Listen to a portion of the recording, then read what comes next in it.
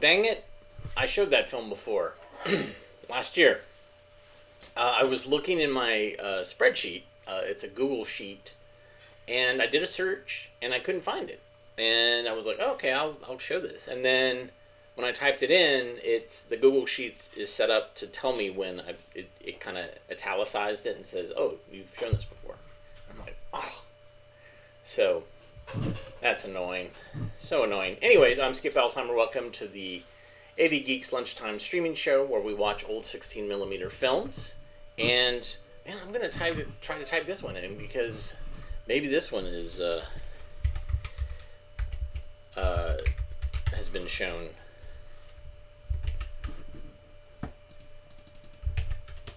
I'm looking.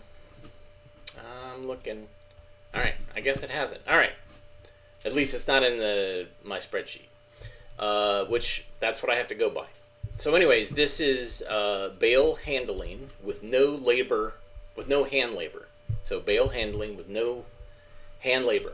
This is exciting for those of you who have a farm and grow hay and straw. Enjoy.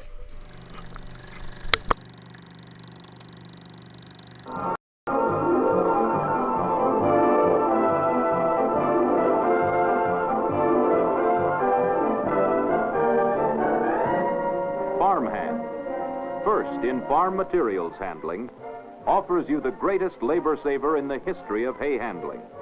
A 100% mechanical method of handling hay bales from field to feedlot. This simple, logical four-step system has not only mechanized hay handling, but has generally reduced it to a one-man job. The first step is the gathering and arranging of the bales with the bale accumulator. The bales are arranged in a package of 8 as they come off the baler. From then on, this 8-pack is handled as one unit, from field to rack to stack to feedlot.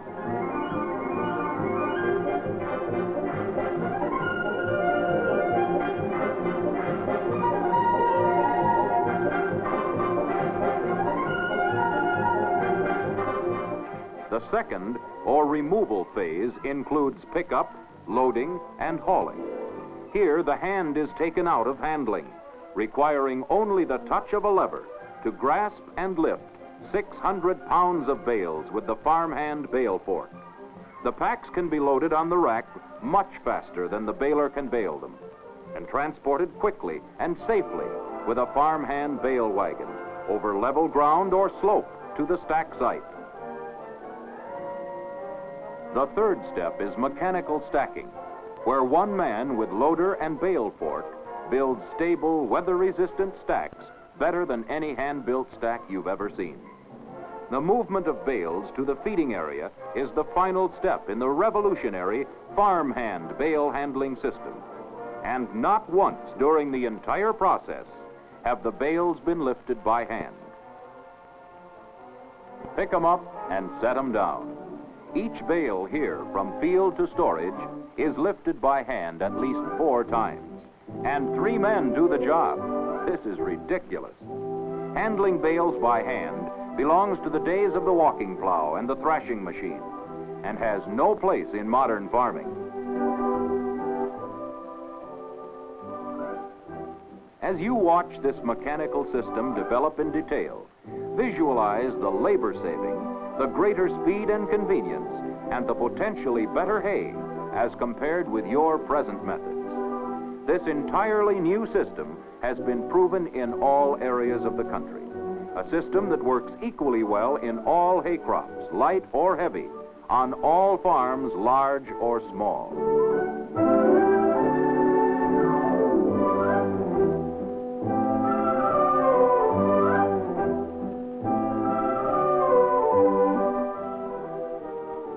The bale accumulator operates with a hydraulically driven pushover bar that moves the bales across the bed in pairs as they come off the baler.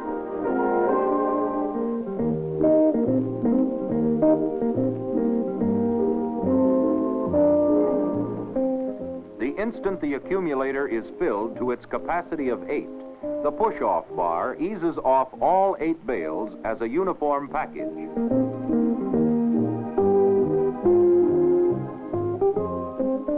The spring tension holds the bales securely in place on any terrain, preventing skidding or cocking while the 8-pack is being formed.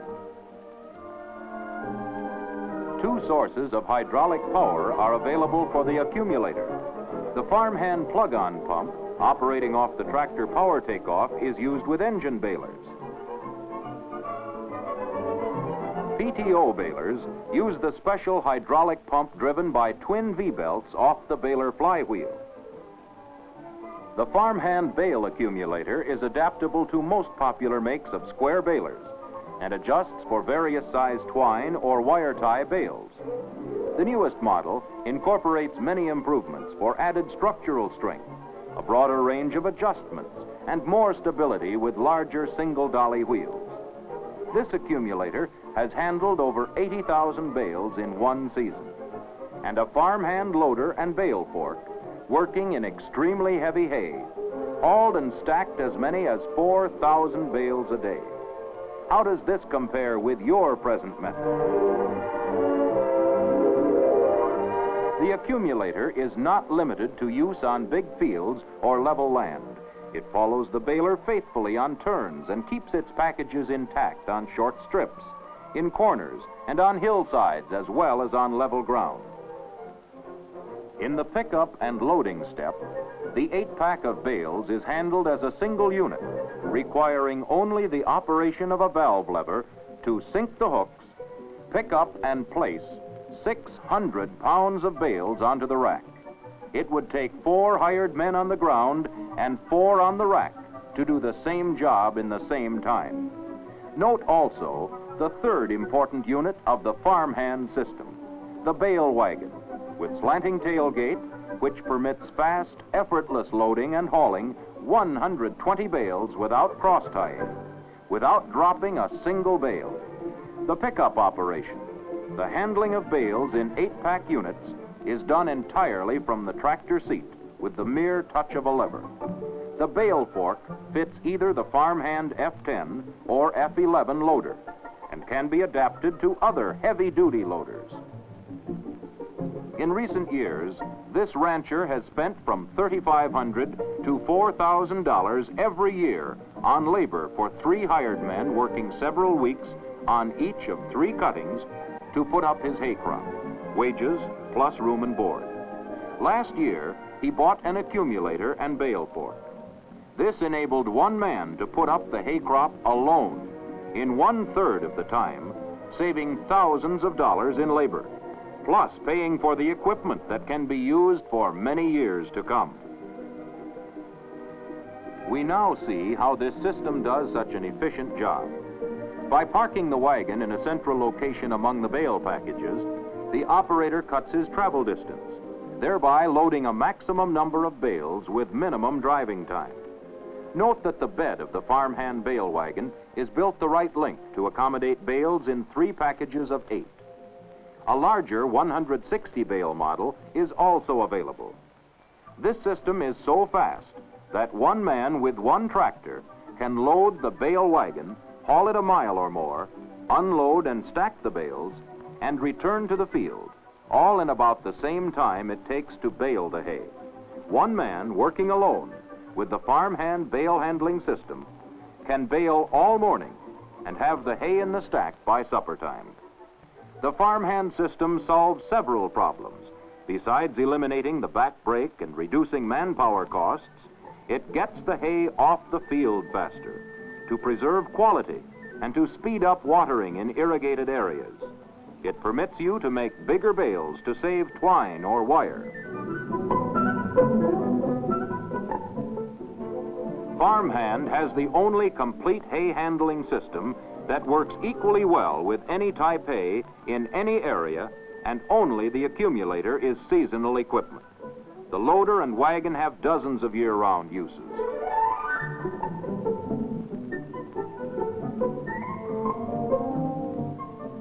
One of the major benefits of the farmhand system is the ability to build a good tight stack. By stacking bales in packages of 8 with the powerful bale fork, the stack is compacted tightly to assure the best preservation of the hay. Every bale is firmly placed, resulting in a much tighter stack than is possible by any manual method of stacking. Using the inherent mechanical force of the equipment, the tractor can compress each package of bales against those already in the stack. The result is a stack that withstands the deteriorating effects of weather, wind, rain, or snow. These neat, compact stacks stand up well, retain the quality of the hay, and are easy to feed from. For contrast now, let's look at two stacks put up at about the same time, a hand-built stack and a farmhand mechanically built stack. Which do you suppose provides the best hay? Now let's see how the stacking is done. The stack is started by placing 2 rows of 8 packs about 6 inches apart as a foundation to the desired length of the stack. After several layers are up, the stability of any stack is improved by using the tractor as a ram to tamp the ends into even tighter compaction. Notice that as the stack is being built, the layers are moved slightly toward the middle, so that by the 5th or 6th layer, the 8 packs are butted up against one another in the center. This gives a sound, self-supporting base. With a careful operator and good bales, this stack can be built without getting off the tractor. How does this compare with the way you stack your hay?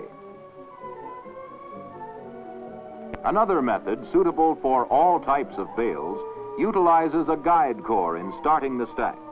The extra time taken to lay this core can be considered good insurance against a tumbled stack.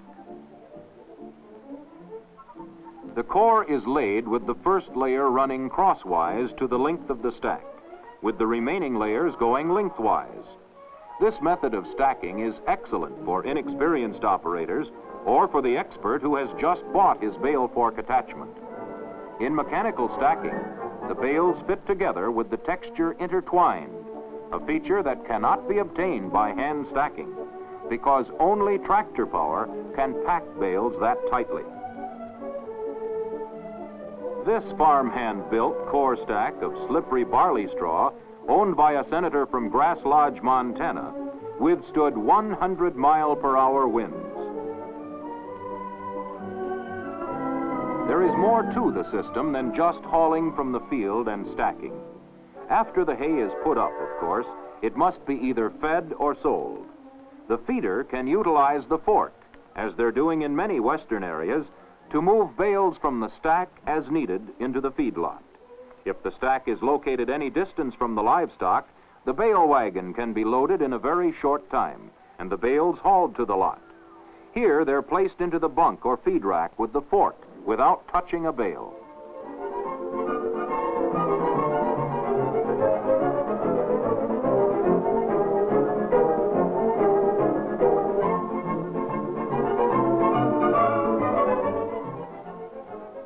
For the commercial grower, savings are not only realized in the initial harvesting and handling of the hay, but also in loading the trucks and carriers with this mechanical method.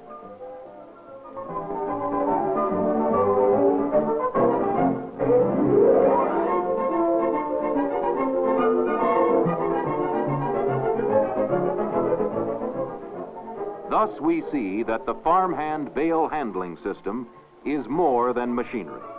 It is a method of hay farming and handling, a system that will enable one man to put up hay in large quantities without extra help, extra wage expense, and extra time.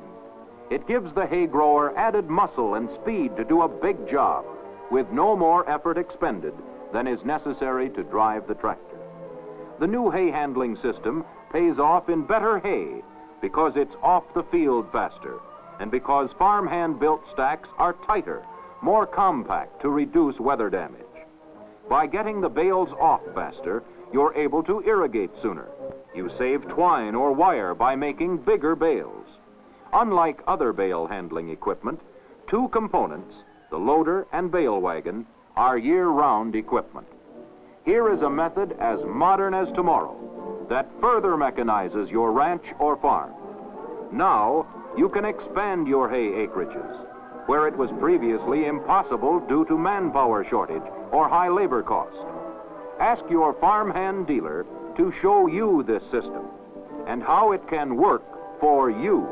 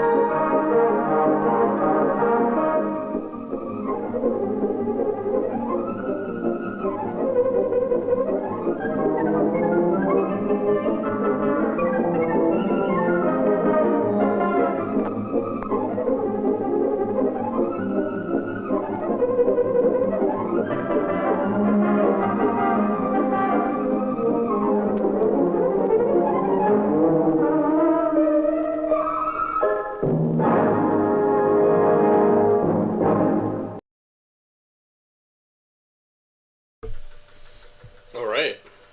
It's funny to see how the comments have devolved into young Frankenstein quotes. But there you go. That's the way it is. I never know which way the comments go. So you guys are having fun. That's great. But the question I have for you is, who will teach your child? Maybe the National Film Board of Canada can answer this question for you. Enjoy.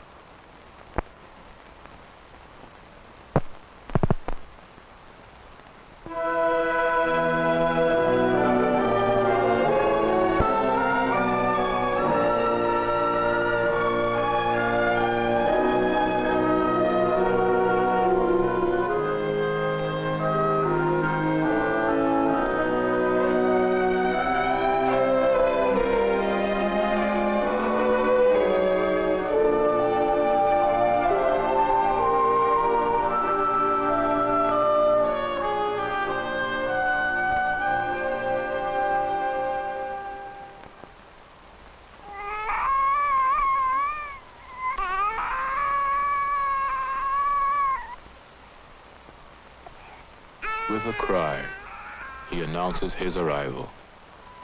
He has been brought into this room with its brightness and quiet breathing and promise of love and care hanging about him. Is it possible that this helpless little creature, able only to eat and breathe and sleep, can ever learn to heal the sick, or pilot a ship, or write poems?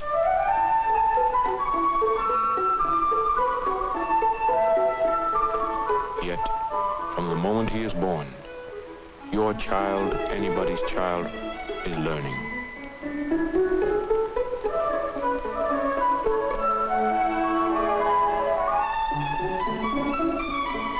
He learns to crawl and to climb.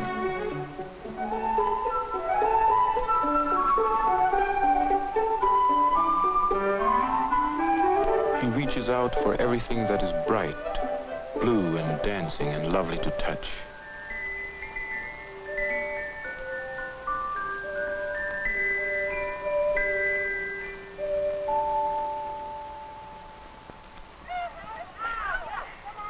Soon he reaches out away from you, into the world about him.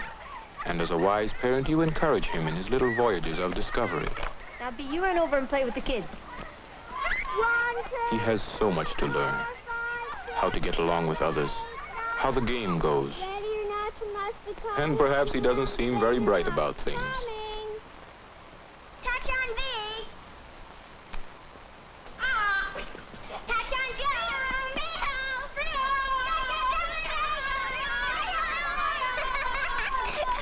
Let's make beer. No, you kiss Mommy. You go ahead. Okay. 1, 2, 3, 4, 5. I can't see you, so you can't see me. He hasn't quite cut on yet. But don't worry. He'll learn better.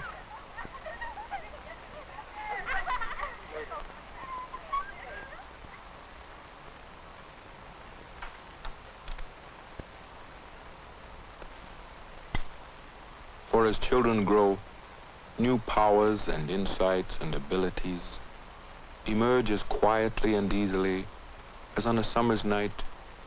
First one star comes out, then another. He is learning even while he's asleep.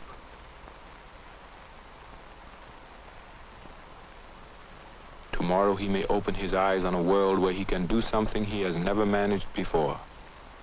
Muscle and nerve and tendon are knitting and strengthening. This is the miracle of life and growth. Sometimes, of course, his growing gets a little disturbing.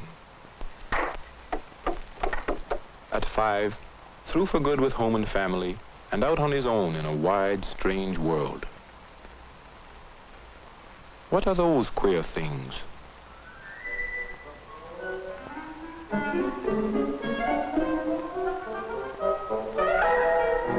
What's over the bridge?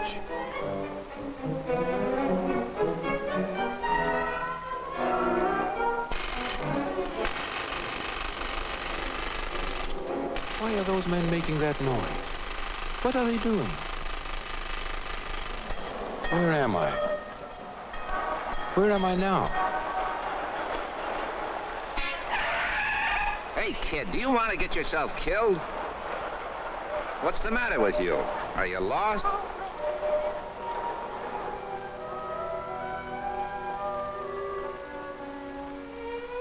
Yes. Life is pretty complicated and difficult and dangerous if you're only 5 years old. You have a lot of learning to do before you're ready for it. But to help you get ready, you have inherited from somewhere that marvelous, though sometimes bothersome, curiosity about life and the world around you.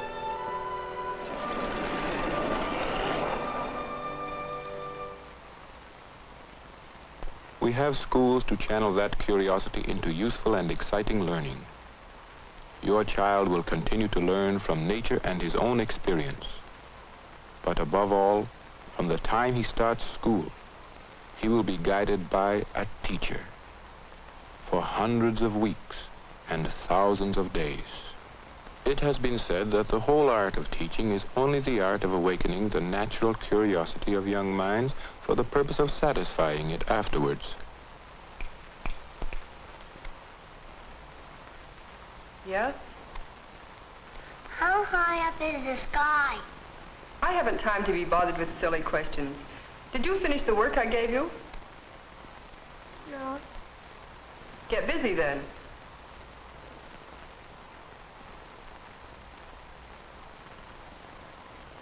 Only 2 absent today? Maybe they're the lucky ones.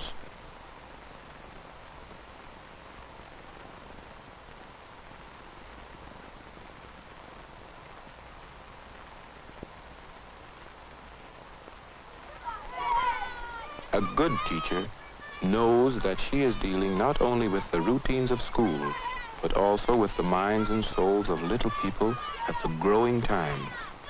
We know a lot more now than we used to about children and how they grow. We know that the experiences of childhood may twist a mind into dangerous channels.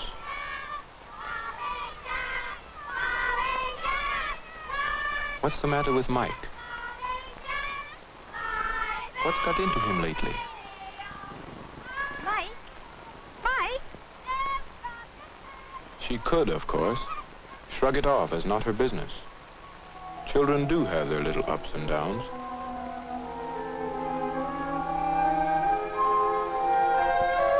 But she is a realist who knows that in this frightened, wary, mistrustful little boy, there is developing a problem which she must approach with sympathy and understanding.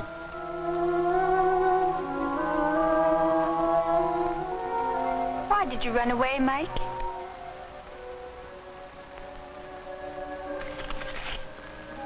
Let's go for a walk. Come on.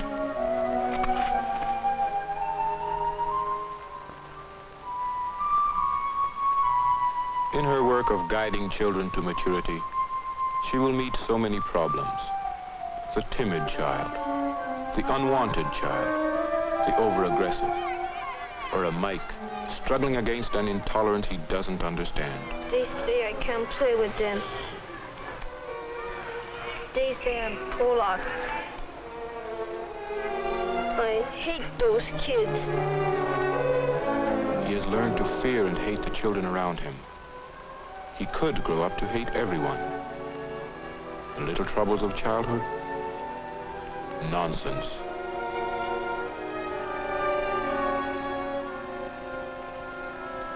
What can the teacher do to help him and start him growing again towards a happy and healthy adjustment?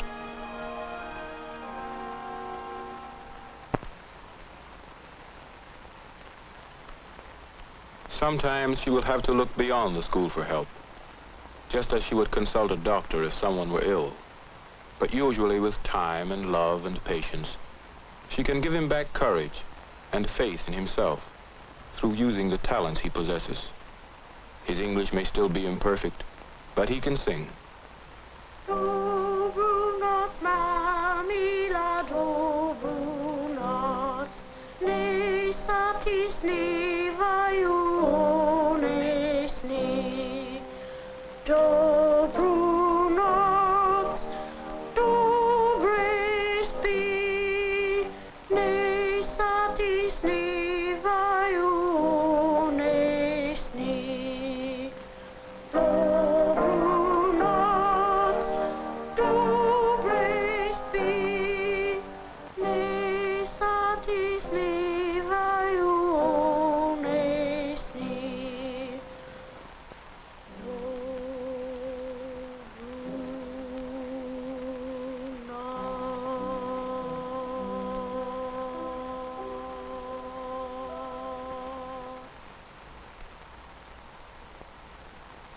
She knows how to turn the near tragedy of one child into lessons in living for all. Now, shut your eyes and think.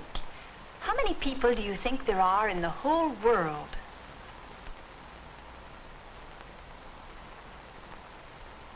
A million? No, there are about 2,000 million. They talk in different ways and look different, but the differences aren't the important thing. You know, everybody in the world really wants the same things. A place to live, enough to eat. And to get them, all people have to work together. That means we must respect other people. Do you know what respect means? Well, we'll talk about that some other time. Here is a teacher with a true conception of her work and its importance, who looks beyond the walls of her classroom and beyond the class of this year. She asks herself always a final question, and the only question that really matters in relation to Mike and Mary and Joe. What kind of men and women can she help them to become?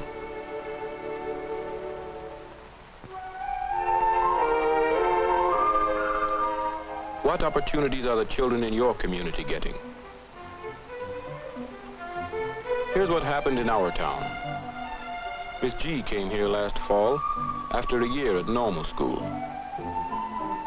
She found a fairly pleasant boarding house and was looking forward to teaching, for she liked children. It was her first school, but she was confident and eager and wasn't afraid of work. Let's see what happened to her.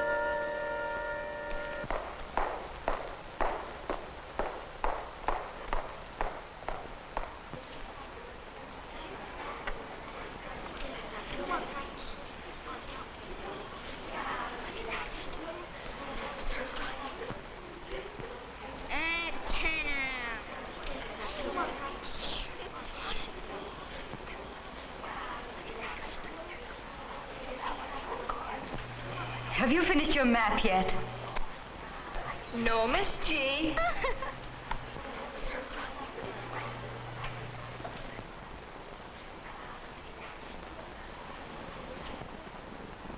I think she's crazy. Keep quiet! Had she had adequate training and experience, she might have been able to cope with the situation. But as it was, in no time, Miss G's classes were more than she could handle.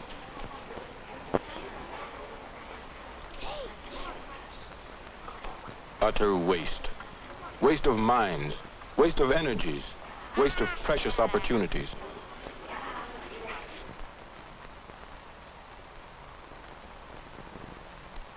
Miss G is not alone. Thousands of teachers leave teaching every year. Other thousands are acting as teachers without any professional training at all. Many of these are still in their teens, knowing hardly more than the boys and girls they are in charge of. Is this all teaching is worth?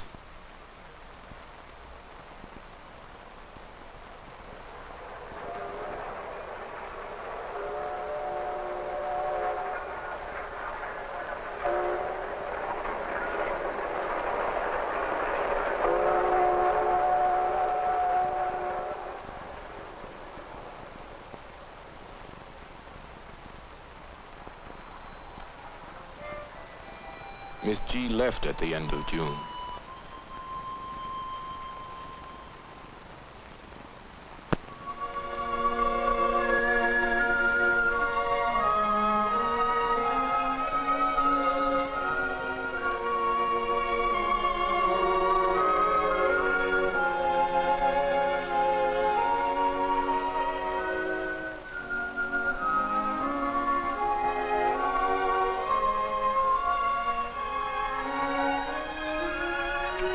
Now then, try to find a W in the sky.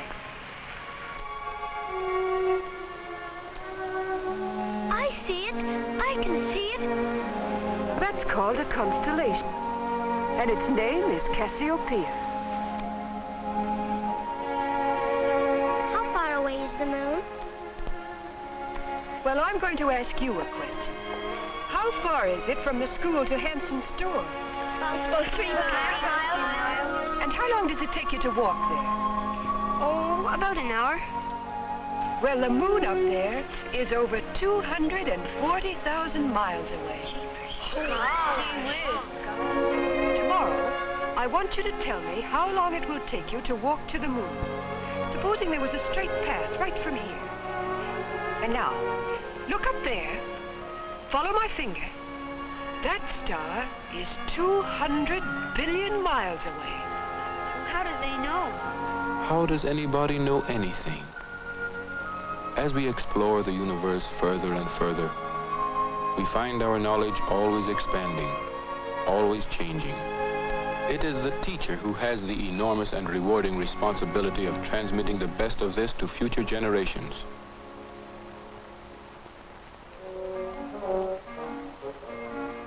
But there are those who would dam up this expanding stream of knowledge.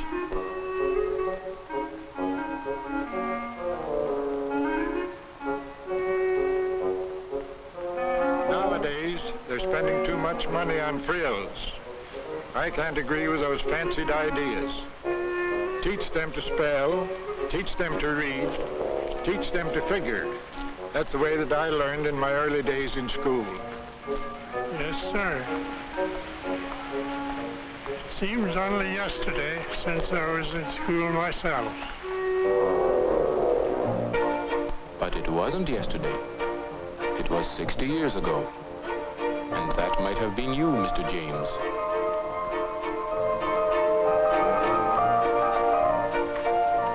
First position, class. Now we will review today's lessons. Wallace, how long does it take to cross the Atlantic Ocean? Sit up straight, Mary. Well, my father came over in 2 months. But that was 30 years ago, Wallace. Nowadays, a fast ship can make it in 3 weeks. You have to keep up with the times.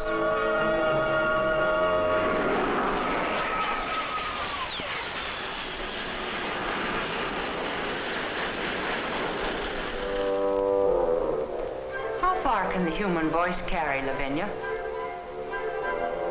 5 miles?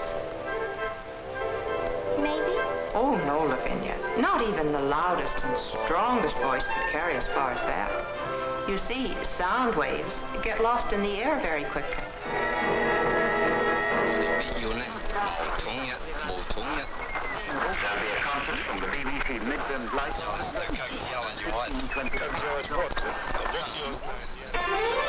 you paying attention, Leslie? Can you describe for us the Japanese people? They live far away, and we don't know much about them because not many people have been there. They are small and gentle, and they love flowers. And they live in paper houses, and they sleep on the floor. And they're brown.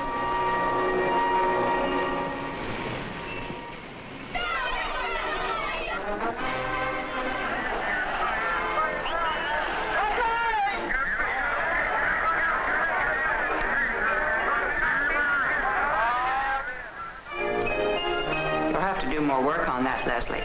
But that's just about right. That was right. 60 years ago, perhaps. But time has a way of changing things. Today, that same teacher would be introducing her class to new realities. We've all had a chance to look at the globe this morning, and I think we realize now how close we are in time to the rest of the world. Aeroplanes can take us to Japan in less than 2 days. I'm going to show you some pictures of some Japanese children, some in other countries too. They're your neighbors now. What happens to them and what they do makes a difference to you. I want you to think about that while you're looking at the film. Is the projector ready, Tom? Yes, Miss Brown. Will you draw the curtains, please, and turn out the lights?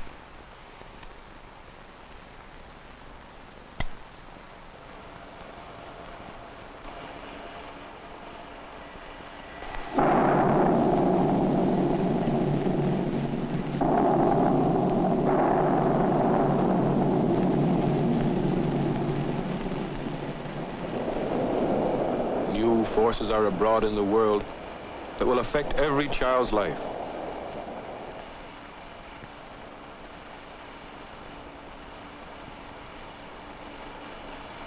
Children in other countries live differently and think differently, and yet they must be understood by our children.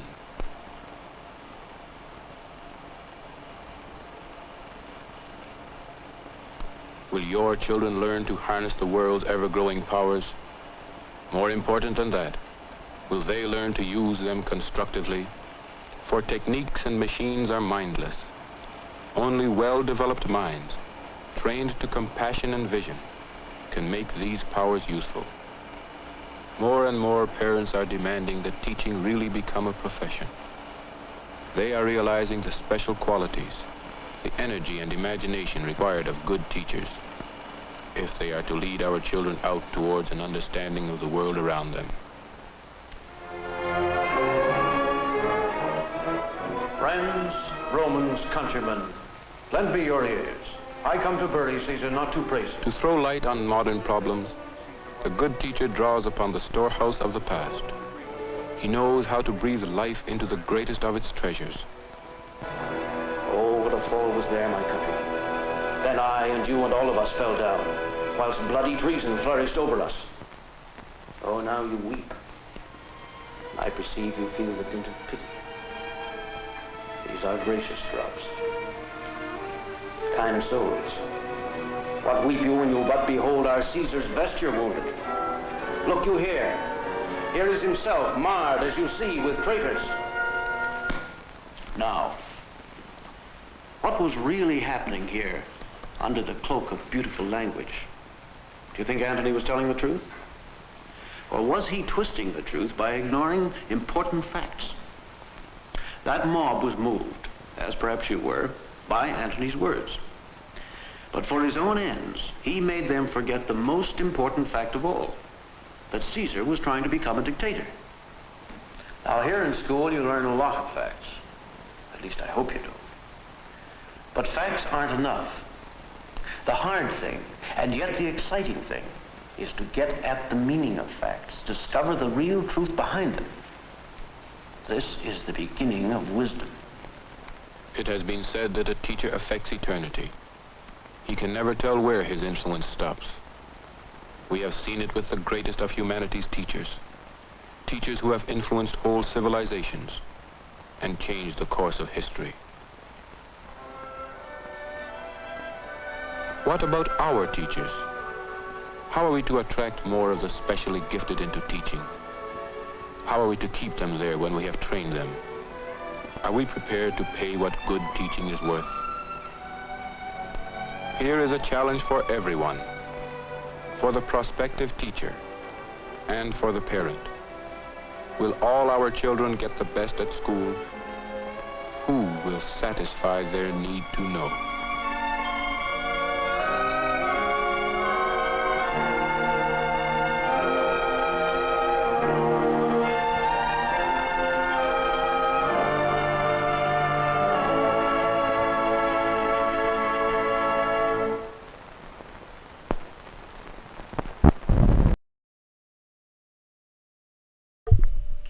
So, I love that film.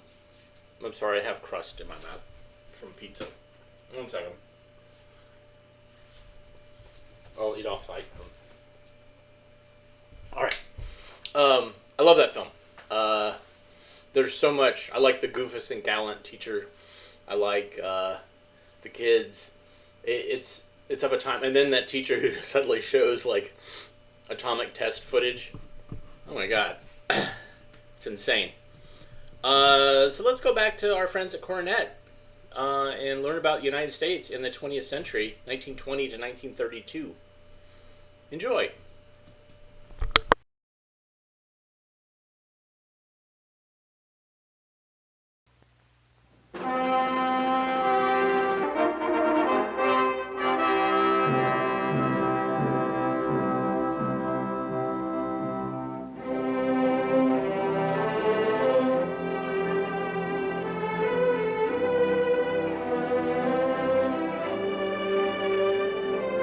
(1919), a glorious year for many American families. Transport ships were bringing American troops home after their victories on the European continent. They and their allies had won the World War, and there was great rejoicing in cities like New York. World War I was over. And yet, beneath the gaiety was a mood of deep concern. President Woodrow Wilson, returning from Allied peace conferences overseas, embodied that concern. Even as the welcoming salutes were being fired, President Wilson grappled with a grave problem: how to convince the American people that they must continue to take part in international affairs, even though the actual fighting was over. But Americans, wildly delirious with the war's end, were in no mood to listen to their sober president. He might concern himself with Europe, but after years of austerity and sacrifice, they desired little more than a return to the good old days. They listened respectfully enough to their wartime president as he stumped the nation, striving to rally the people's support for the League of Nations. The League was an ideal on which Wilson was willing to stake his own great popularity, a plan he felt would guarantee peace. Yet the majority of Americans, much to Wilson's disappointment, withheld their support. Within a year, the president's fight for the League was ended. The grueling schedule of speeches in support of the League had taken their toll of the president's health.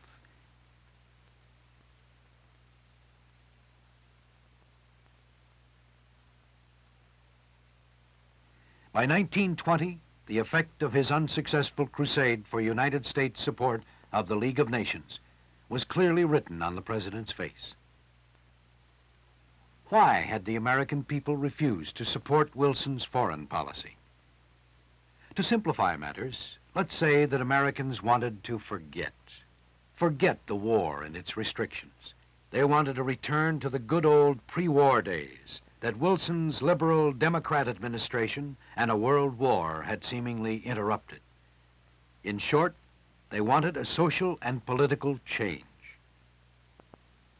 The Republican candidate in the presidential election of 1920, most Americans agreed, was the right man to institute such a change. Warren G. Harding was neither political theorist nor crusader. His promise to the people was simple and clear-cut: a return to normalcy, to the way things had been before the war. The public rallied to Harding's promise. Here at last was a candidate pledged to conservative government, pledged to limited federal controls in personal and business affairs, pledged to the American tradition of proud individualism. Elected by a resounding majority, Harding set out for his inauguration. This was a truly symbolic moment, for here together were the victorious Harding, the determined, dedicated conservative, and the ailing, retiring Wilson, the intellectual liberal.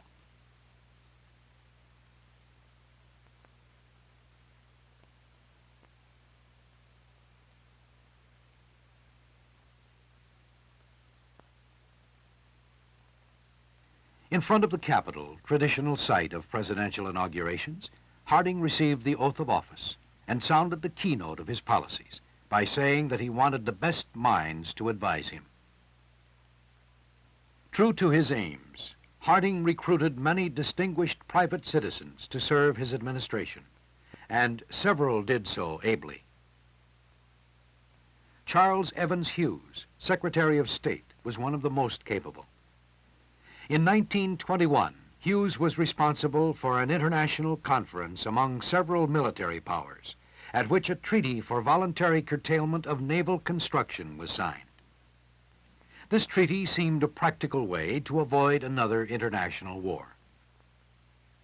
In domestic affairs, Congress passed a National Budget Act, putting the government on a unified budget for the first time.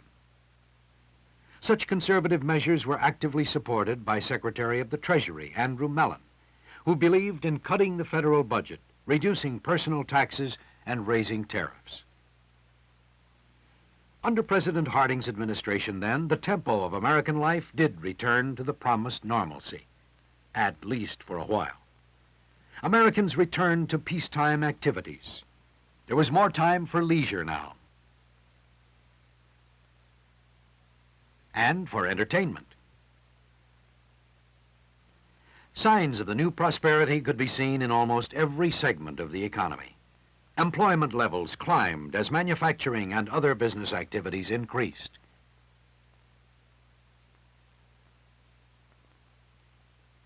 This increase was due in great part to technological advances perfected during the war, and which were now being applied to the production of consumer goods, from electric light bulbs to automobiles and automobile parts. Mass production on assembly lines meant a greater flow of goods. With the stepped-up economy, income for most Americans was reaching new highs under conservative government. There was one group, however, not sharing in this prosperity. Farmers were in economic trouble.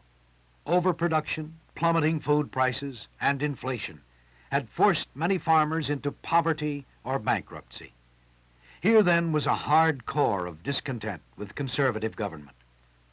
Further criticism of the Harding administration was being voiced by political liberals like Al Smith, governor of New York. But all criticism was temporarily suspended in August 1923, as a shocked nation heard of the sudden death of its president.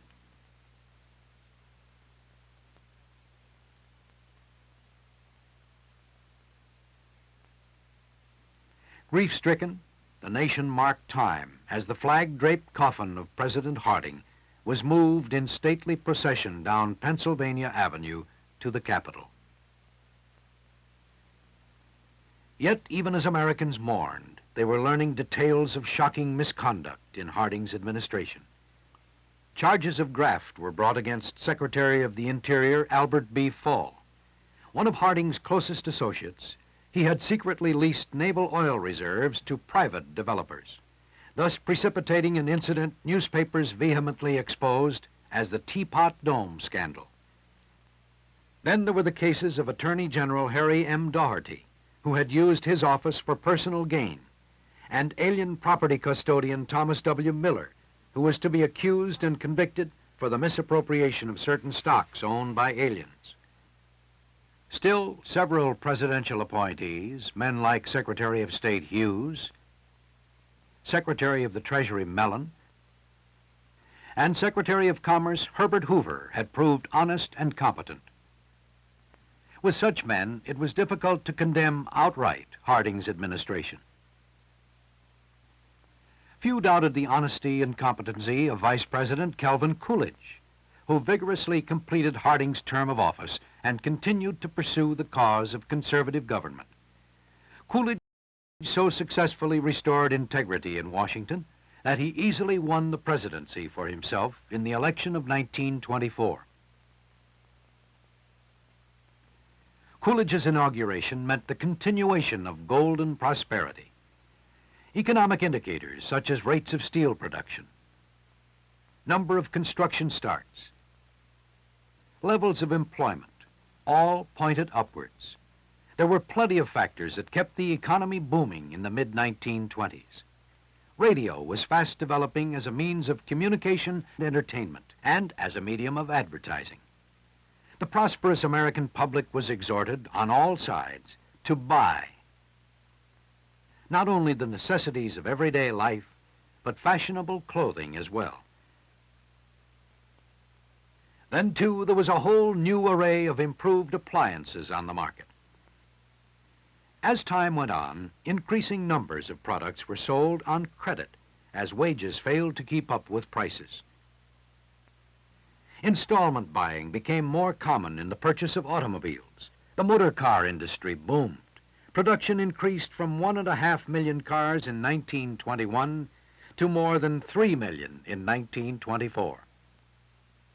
Mass production was lowering the cost of automobiles, making them available to more Americans. Here was the beginning of the automobile industry, which was to be a key factor in the American economy. More cars led to the start of a paved highway system that would eventually span the country. Another transportation industry, still in its infancy, was air transport. Here was a further example of how science, industry, and commerce were joining hands to strengthen and build the economy. To most Americans, the sky seemed the only limit to their prosperity. As industrial profits increased, the stock market attracted much public interest. Month after month, stock prices rose, reflecting the people's confidence in a continuing prosperity. By 1928, Americans had become expert at interpreting the cryptic symbols of stock tickers.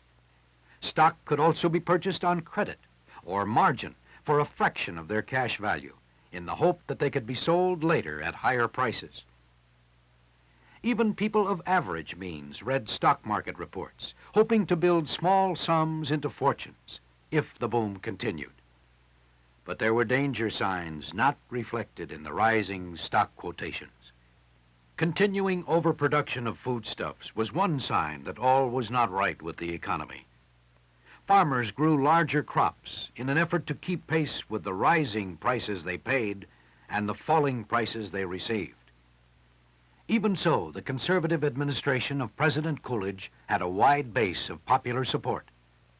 Coolidge did not choose to run for another term, so the delegates to the Republican Convention of 1928 nominated Herbert Hoover, well-known administrator and planner with a fine record in public office.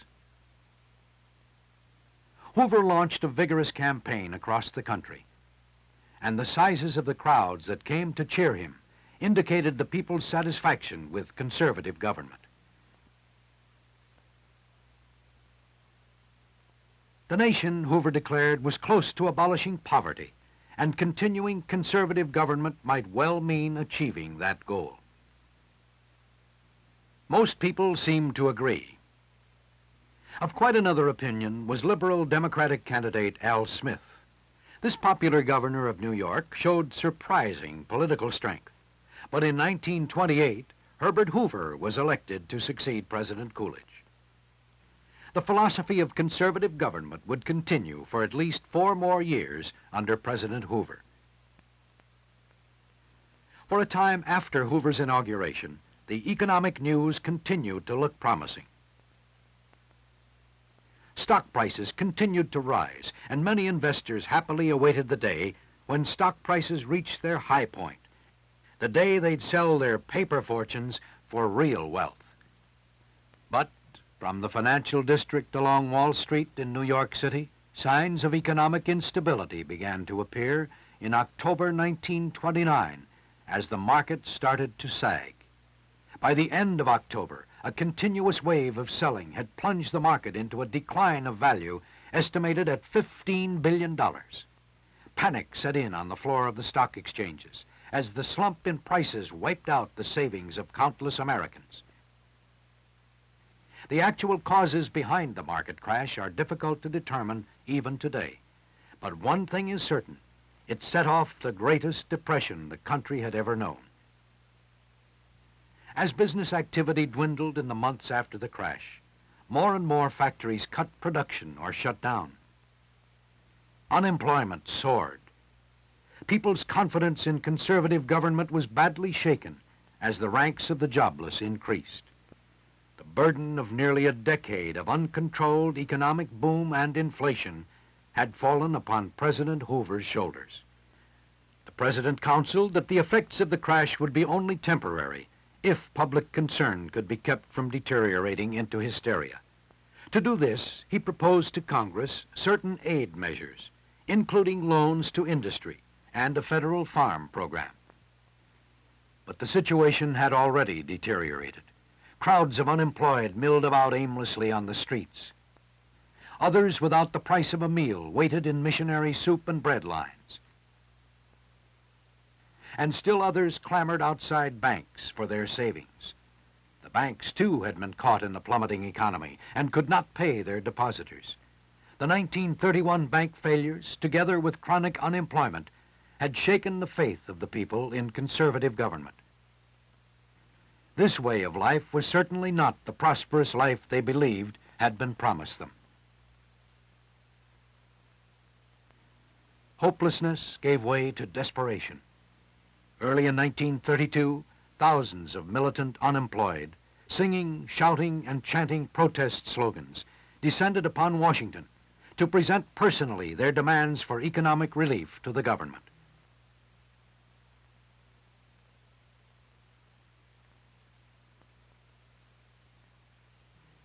Fearful that the crowd's emotions might erupt into violence, a presidential order kept the protesters under armed surveillance. This incident was symbolic of the way the people were now turning away from the conservative philosophy of government they had favored so long. Once again, they desired a change. In the Democratic Party, a new liberal leader was emerging.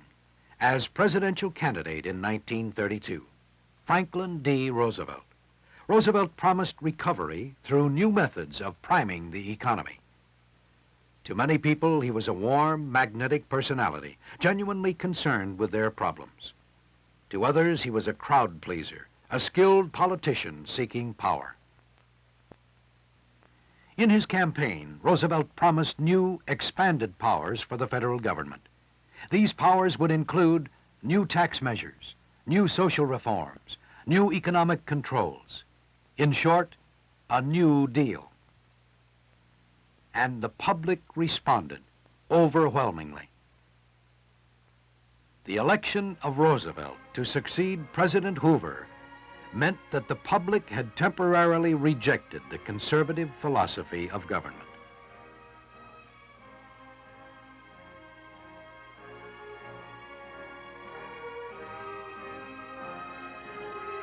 "12 years of conservative government from 1920 to 1932, a conservative era, had come to an end.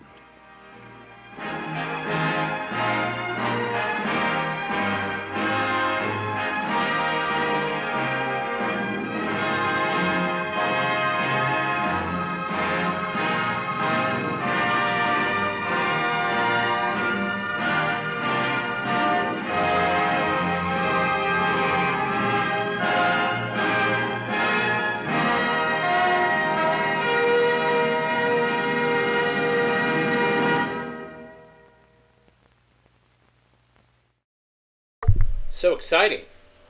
What could potentially happen next? Who knows? 1933. What was going on then? I love that film because it's filled with all this beautiful stock footage. So big fan of that. Thanks for joining us today. I appreciate your time, your eyeballs, and your Bale handling. If you like what you saw, or at least like the idea of what we're doing, hit the thumbs up, hit the like, hit the subscribe. Go to ko-fi.com/avgeeks and buy some coffee. It's a great day, so I think I need a little bit more coffee. Go to patreon.com/avgeeks. That's a way to support us as well. And also via the super thanks button. That's another way to support us in YouTube's chat. We've been posting a bunch of films on the YouTube channel as well. And check those out. And because we get a little smidgen of ad revenue from that, like pennies, every time you watch something. But it adds up. And tell other people about what we're doing. That's a great way to support us. We'll be back tomorrow. What is tomorrow? Thursday? Yeah. We'll see you soon. Thanks, everybody. Have a great rest of your day. Take care.